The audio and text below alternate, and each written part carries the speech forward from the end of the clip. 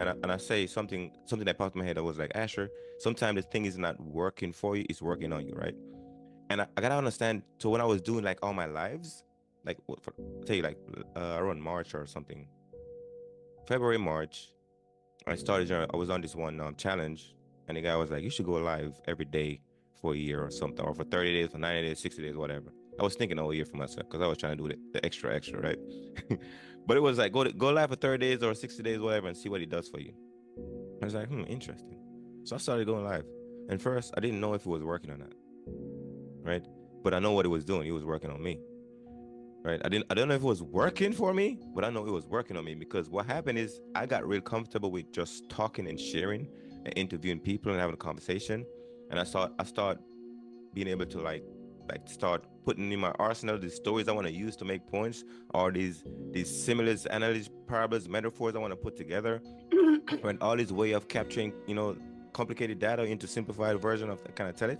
That stuff started getting better for me. I start connecting with people better. So now I feel more comfortable just having a conversation live or wherever, right, with people. But that didn't happen at first. I was nervous as hell. Like I remember when I went to this first pitch right away. I'll tell you this. I went to one of these first pitch for a podcast, like a podcast group I went to.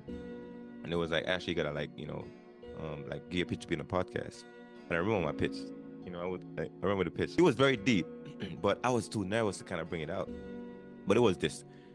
I was like, Jess, just imagine being 34 years old and I already have 9 kids. Just imagine that. Just imagine if you're a modern day mother. At the age of 34, you already have 9 kids.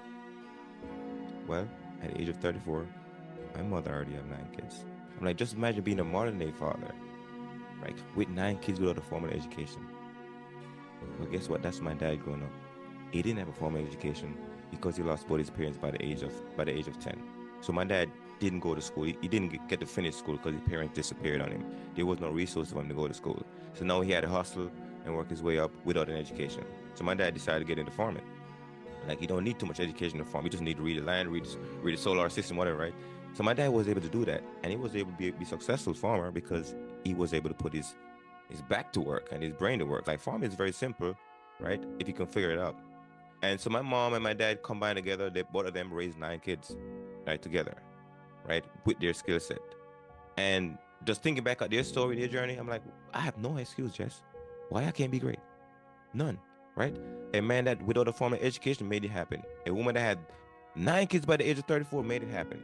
So there's no way, right? Asher can come out today and say he has an excuse for to be great in life.